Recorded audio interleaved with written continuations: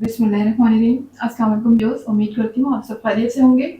आपको अपने चैनल में सीना में वेलकम कहती हूँ। तो क्लास हम लोग का क्लास 9 मैथ्स इन text book board chapter number 9 congruent triangle continue है, जिसकी आज हम एक्सरसाइज 9.4 का क्वेश्चन नंबर 4 स्टार्ट करने जा रहे हैं। इससे पहले क्वेश्चन नंबर 3 तक कंप्लीट हो चुके हैं। जिन लोगों ने अभी तक कंप्लीट नहीं किए हैं वो मेरे चैनल की प्लेलिस्ट से कंप्लीट कर सकते हैं। इसके अलावा उस प्लेलिस्ट का लिंक आपकी वीडियो के डिस्क्रिप्शन में भी मौजूद है, वहां से क्लिक करके भी आप कंप्लीट कर सकते हैं। तो चलिए फिर स्टार्ट करते हैं 9.4 का क्वेश्चन नंबर 4 जी। एक्सरसाइज 9.4 कह रहे हैं कि prove that the median bisecting the base of isosceles triangle bisects the vertical angle and is perpendicular to the base। देखिए अब एक मीडियन है, मीडियन को उन्होंने कहा है कि वो किस किस को बाइसेक्ट कर रहा है। देखिए वो तो एंगल को भी बाइसेक्ट कर रहा है, bisect the vertical angle.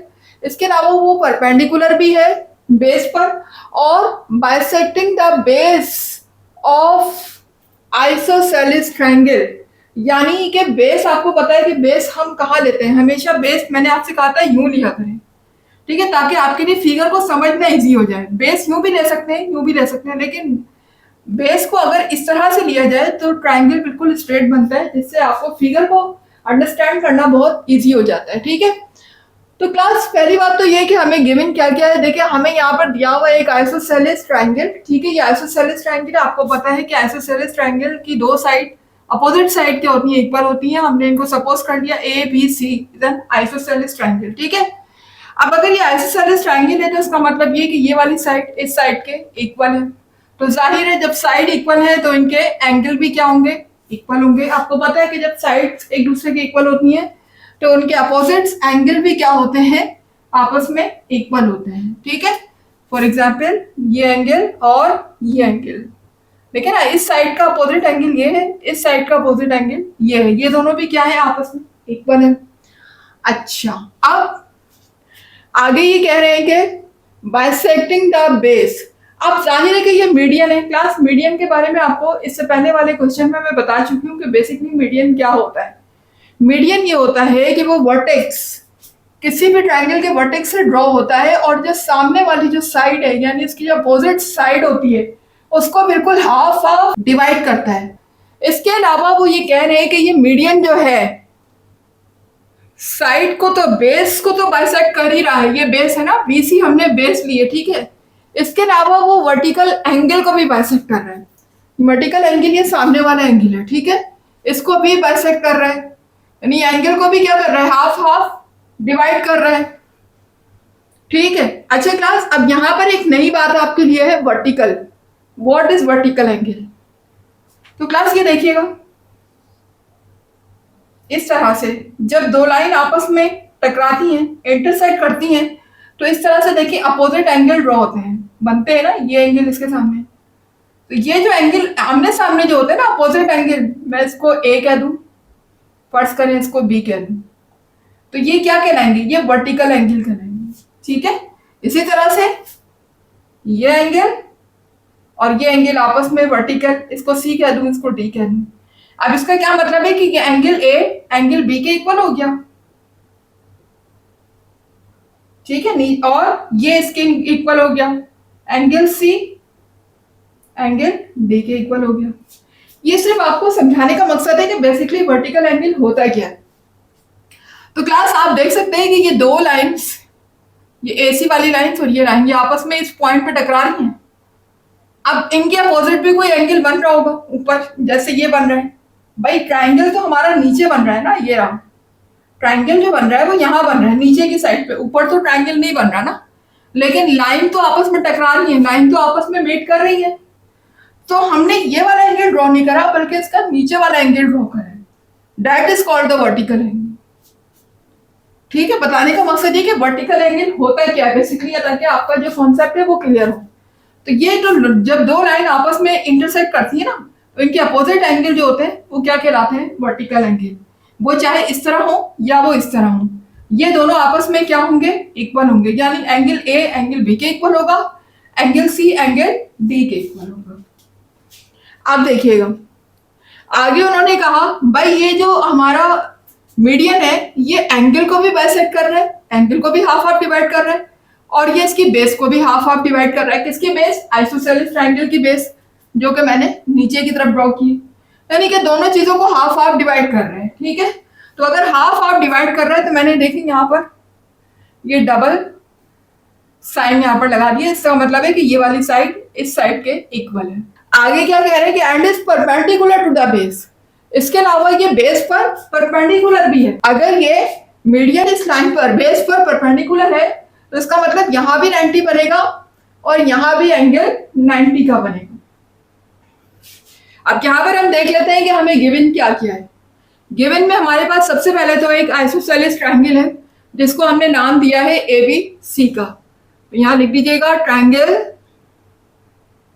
ABC is an isosceles।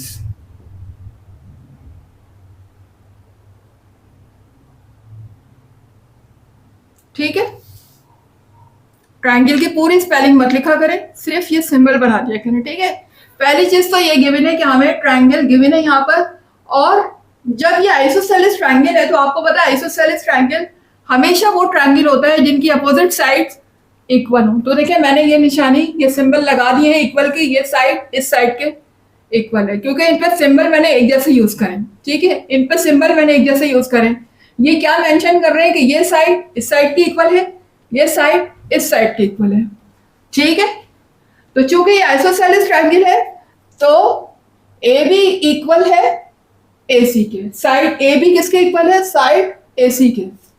तो यहां हम लिख सकते हैं, कॉमा लगा के लिखिएगा कि side AB is congruent to side AC, ठीक है। अब जब ये साइड आपस में कॉन्ग्रुएंट है तो ये यकीनन इनके एंगल भी क्या होंगे? वो भी कॉन्ग्रुएंट होंगे। Opposite angles are also congruent, तो इसका मतलब angle B is congruent to angle C। Angle B is congruent to angle C। जब हम D की बात करेंगे तो फिर हम तीनों अल्फाबेट को कंसीडर करेंगे, ठीक है। अच्छा, ये भी आपस में क्या है? इक्वल है। अब यहां पर जो मैंने मीडियन लिया है उसका क्या नाम दिया है? AD का नाम दिया है ना। ये क्या है? ये AD क्या है? मीडियन है। तो हम ये कह सकते हैं कि AD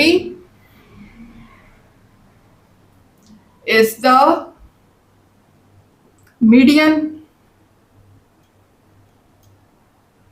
AD क्या है? मीडियन है, ठीक है। अच्छा, उसके बाद देखिएगा, अगर AD मीडियन है और AD अगर सामने वाली साइड को बाइसेक्ट कर रहा है तो इसका मतलब D क्या है? D इस बेस का क्या है? मिड पॉइंट है। तो हम ये कह सकते हैं कि D is the mid point.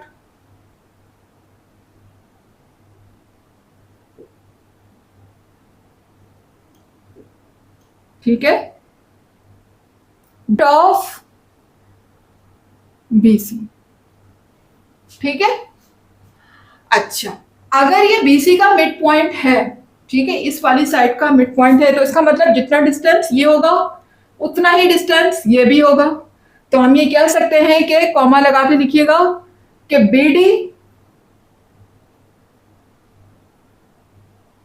Side BD is congruent to side DC या CD, जो आप कहना चाहें, ठीक है। तो ये सारी बातें हमें गिवन की फिगर के अंदर हमने फिगर से ही निकाली है, ठीक है ना। हमें पता है कि भाई अगर मिड पॉइंट है तो जाहिर है कि ये डिस्टेंस आपस में इक्वल होगा, तो हमने इनको इक्वल कह दिया। अच्छा, लेकिन अब हमें यहाँ पर प्रूफ क्या करना है? हमें प्रूफ यहाँ पर दो बातें करनी है। पहला है AD बाइसेक्ट्स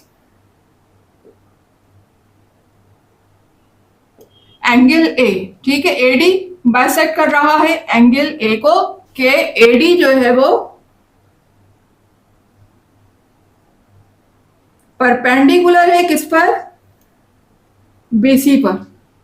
ऐसे ही है ना कि AD जो है वो BC पर परपेंडिकुलर है। अगर परपेंडिकुलर है तो इसका मतलब ये हो गया कि वो 90 डिग्री का एंगल बना रहा है दोनों साइड पर, तभी तो परपेंडिकुलर है। ठीक है, यही दो बातें हमें यहाँ पर प्रूव करनी है, एक तो एंगल को बाइसेक्ट करने की, और दूसरा ये है कि एडी जो है वो परपेंडिकुलर है बीसी पर। देखिए यही बात कही जा रही है कि बाइसेक्ट द वर्टिकल एंगल, इसके अलावा ये परपेंडिकुलर हो बेस पर। ठीक है जी। अब यहाँ पर अगर आप फिगर में देखें तो क्लास हमारे पास जब हमने ये मीडियन ड्रॉ करा तो दो ट्रायंगल फॉर्म होकर आए, एक ये वाला ट्रायंगल और एक ये वाला ट्रायंगल, नजर आ रहे होंगे आपको। ठीक है, अब अगर हम इस वाले ट्रायंगल और इस वाले ट्रायंगल को आपस में कंपेयर करें तो देखते हैं कंपेयर करने में क्या क्या चीजें हमारे सामने आती हैं। तो ये देखिएगा, पहले हम कंपेयर कर लेते हैं ट्रायंगल ए डी बी। यहां लिखिएगा triangle A D B.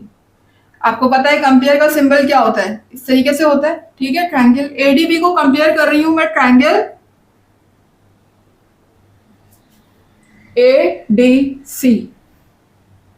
A D C, ठीक है, दो ट्रायंगल को मैं क्या कर रही हूं, कंपेयर कर रही हूं। अब अगर मैं दो ट्रायंगल को कंपेयर करती हूं तो ये बात तो हमें पहले से ही पता है ना कि side A B is congruent to side A C. क्योंकि ये आइसोसेलेस ट्रायंगल है, ये बात तो ऊपर लिखी हुई है कि A B is congruent to A C. तो पहले गिवन वाली चीज उठा लिया ना, ज्यादा आसान होता है आपके लिए, ऑलरेडी लिखी हुई होती है वो, क्योंकि ए बी इसके इक्वल है ए सी के। तो यहां हम लिख लेते हैं कि A B is congruent to A C. ठीक है, तो ये क्यों है एक दूसरे के कॉन्ग्रुएंट, क्योंकि ये बात तो गिवन है, ये बात हमने तो कही नहीं, क्वेश्चन में ही गिवन है, तो यहां लिख दीजिएगा गिवन। ठीक है, उसके बाद देखिएगा अगर मैं ये वाली साइड देखूं एडी, तो एडी जो है वो इस ट्रायंगल के लिए भी कॉमन है और इस ट्रायंगल के लिए भी कॉमन है। ऐसे ही है ना भाई, एडी के लिए ये ट्रायंगल भी यूज हो रहा है, ये वाला ट्रायंगल भी एडी साइड को यूज कर रहा है, और ये वाला ट्रायंगल भी एडी साइड को यूज कर रहा है। तो यानी कि दोनों के लिए क्या हो गया, ये कॉमन हो गया दोनों ट्रायंगल के लिए। तो हम ये लिखेंगे कि AD is congruent to AD. ठीक है, यहां हम क्या लिखेंगे, कॉमन साइड। दोनों ट्रायंगल के लिए क्या है, ये कॉमन है। ठीक है, तो इसलिए हमने यहां वर्ड यूज किया कॉमन साइड।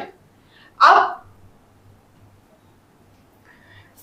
चूंकि ये जो हमारा मीडियन है ये बाइसेक्ट कर रहा है इस बेस को यानी बीसी को, तो ये बात भी हमने यहाँ पर लिखी हुई है कि बीडी जो है वो कॉन्ग्रुएंट है बीसी को। चूंकि ये इसको हाफ हाफ हिस्सों में डिवाइड कर रहा है बिल्कुल सेंटर से, तो जाहिर है हाफ का मतलब ये हो गया कि जितना डिस्टेंस ये होगा उतना ही डिस्टेंस ये भी होगा। तो हम ये भी कह सकते हैं कि BD is congruent to DC. BD is congruent to DC या सीडी, जो भी आप कहना चाहें। ठीक है, क्योंकि मीडियन इनको बाइसेक्ट कर रहा है ना, और मीडियन क्या है, एडी है। नाम हमने मीडियन को क्या दिया हुआ, एडी को। तो यहां लिख दीजिएगा because D is the mid point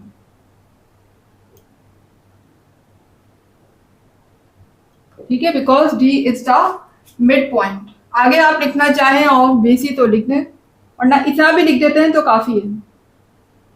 ठीक है, because D is the midpoint of B. तो क्लास अब आप देख सकते हैं यहाँ पर हमने कौन सा पोस्टुलेट प्रूफ किया है, साइड साइड साइड।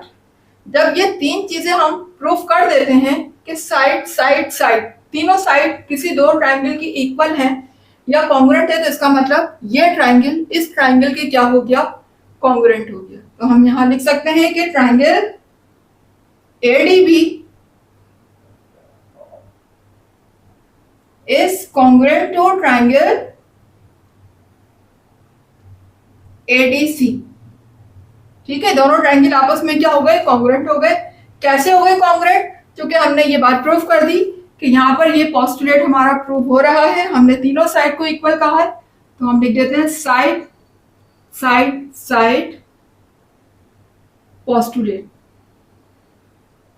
ठीक है, उम्मीद है कि क्लास यहाँ तक आपको समझ आ रहा होगा। तो क्लास अगर जब हमने ये चीज हमने प्रूव कर दी कि ये ट्राइंगल इस ट्राइंगल के इक्वल है, तो यकीनन एंगल 1 भी एंगल 2 के इक्वल हो गया। भाई ये बात तो हम शुरू से बताते आ रहे हैं ना कि जब हम दो ट्राइंगल को एक दूसरे के इक्वल कह देते हैं तो इसका मतलब उसका हर एंगल, हर साइड जो है वो क्या है, एक दूसरे के इक्वल है। भाई ये एंगल इसके इक्वल है, ये एंगल इसके इक्वल है, ये एंगल इसके इक्वल है, सारे एंगल भी आपस में इक्वल है। तो हम ये भी कह सकते हैं कि एंगल 1 एंगल 2 के इक्वल है। एंगल 1 किसके इक्वल है या कॉन्ग्रुएंट है, एंगल 2 के। ठीक है, तो हम यहां पर लिख सकते हैं रीजन बाय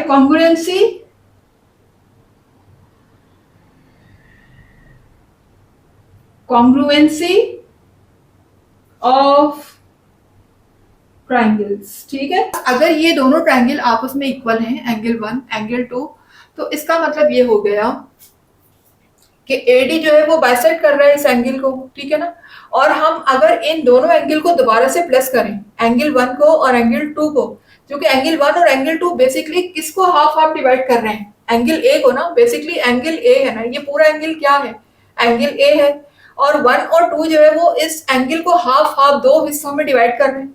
तो अगर मैं इन दोनों एंगल को दोबारा से प्लस करूं तो मुझे क्या मिलना चाहिए, एंगल ए दोबारा मिलना चाहिए ना। तो इसी तरह हम कर लेते हैं, यहाँ पर देखें एंगल 1 को मैं प्लस करूं अगर एंगल 2 में, तो मुझे क्या मिल जाएगा, एंगल ए मिल जाएगा।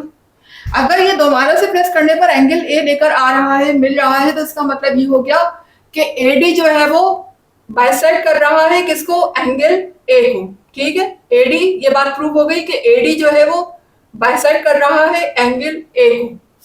क्यों कर रहा है, क्योंकि भाई 1 और 2 को प्लस करने पर हमें एंगल ए ही मिल रहा है दोबारा। तो जाहिर है कि ये हाफ हाफ डिवाइड कर रहा होगा, जब भी तो प्लस करने पर दोबारा एंगल ए मिल रहा है ना हमें। तो हम यहाँ पर ये कह सकते हैं कि एडी बाइसेक्ट्स एंगल ए। ठीक है, एडी बाइसेक्ट्स एंगल ए। ठीक है भाई, ये बात तो हमने यहाँ पर एक चीज तो हमने प्रूफ कर दी कि एडी जो है वो एंगल ए को बाइसेक्ट कर रहा है। ठीक है, अब दूसरी चीज हमें क्या प्रूफ करनी है कि AD is perpendicular to BC. अब इस बात को प्रूफ करने के लिए हमें क्या करना होगा क्लास, हमें ये बात साबित करनी होगी कि यहाँ पर जो एंगल बन रहा है वो भी 90 डिग्री है और यहाँ जो एंगल बन रहा है वो भी 90 डिग्री है। ठीक है ना, क्योंकि जब बात परपेंडिकुलर की होती है ना क्लास, तो बात समझ जाया करें कि परपेंडिकुलर जो लाइन होती है वो दोनों तरफ 90 के एंगल बनाती है। तो अगर हम ये बात प्रूफ कर दें कि यहाँ भी 90 डिग्री है और यहाँ भी 90 डिग्री है, तो ये बात प्रूफ हो जाएगी कि एडी जो है वो बीसी पर क्या है, परपेंडिकुलर। तो जी अब उसके लिए हम ये करेंगे, क्योंकि दोनों तरफ 90 डिग्री है, तो अब यहां पर इस एंगल को देखें आप, एंगल ए डी बी और एंगल ए डी सी। अगर मैं दोनों एंगल को प्लस कर दूं तो दोनों का सम क्या आ जाएगा, 180 आ जाएगा। तो कर देते, एंगल ए डी बी और एंगल एडीसी को अगर मैं प्लस कर दूं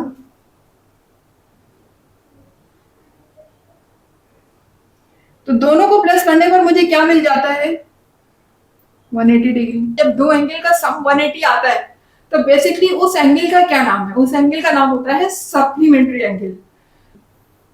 तो यहां पर हम लिख लेते हैं सप्लीमेंट्री एंगल्स। ठीक है, सप्लीमेंट्री एंगल्स कहलाते हैं ये। अच्छा, यहां तक तो बात प्रूफ हो गई। तो क्लास अगर ये दोनों ही 90 डिग्री बना रहे हैं, देखिए ये भी 90 है, ये भी 90 है, तो अगर मैं एडीबी की जगह पे या एडीसी की जगह पे एडीबी ही रख दूं तो कोई मसला तो नहीं है ना भाई। देखे, यहां समझा देती हूं आपको। देखे एडीबी, एंगल एडीबी और एंगल एडीबी भी क्या बना रहा है, 90 डिग्री एंगल बना रहा है। ये देखिए एंगल एडीबी ये भी क्या बना रहा है, 90 डिग्री एंगल। ठीक है, देखिए सेंटर में मैंने डी को रखा है। जिस एंगल की हम बात करते हैं ना, जिस पॉइंट की, क्योंकि यहाँ पे पॉइंट किसकी बात कर रही हूँ, डी की, उसको आप सेंटर में रखें। तो मैंने डी को यहाँ सेंटर पे, ये भी 90 डिग्री बना रहा है और एंगल एडीसी भी 90 डिग्री बना रहा है, दोनों 90 डिग्री बना रहे हैं। तो अब दोनों के राइट हैंड साइड इक्वल है तो यकीनन ये दोनों एंगल भी क्या होंगे, आपस में इक्वल होंगे। भाई एडीबी किसके इक्वल हो जाएगा, एडीसी के, ऐसा ही है, एडीबी एडीसी के इक्वल हो जाएगा। तो यानी मैं ये कह सकती हूँ कि अगर मैं एडीसी की जगह पे एडीबी को ही रख दूं तो कोई मसला तो नहीं है ना, क्योंकि दोनों क्या है, इक्वल है, दोनों 90 डिग्री का एंगल बना रहे हैं। तो मैं एडीसी जगह एडीसी की प्लेस में भी क्या रख देती हूँ, एंगल एडीबी को ही रख देती हूँ। ठीक है, यहां मैंने एडीसी को हटाया और इसकी प्लेस में क्या रखा, एडीबी, ये हो गए 180। तो यहां पर आप ये कह सकते हैं कि angle ADB is congruent to angle ADC. ठीक है, ये वजह है, क्योंकि दोनों इक्वल है तो मैंने एक दूसरे की प्लेस में एक दूसरे को रख दिया। अच्छा, अब क्लास देखें रखने की वजह क्या थी, क्यों रखा ऐसा, ताकि मैं दोनों को एंगल को क्या कर सकूं, प्लस कर सकूं। भाई दोनों सेम हो गए ना, एडीबी है दोनों प्लस हो जाएंगे, यहां प्लस नहीं कर सकते थे हम। अब मैं जब इनको प्लस करूंगी तो क्या हो जाएगा, two angle ADB is equal to 180। अब देखिएगा यहां पर 2 मल्टीप्लाई हो रहा है, इधर आके डिवाइड हो जाएगा,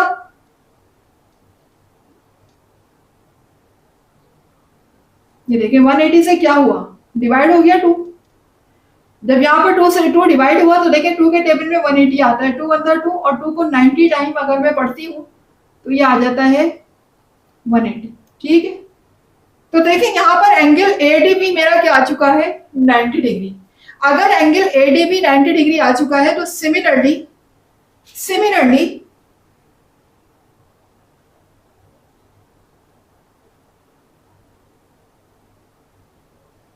जी एंगल एडीसी भी क्या होगा,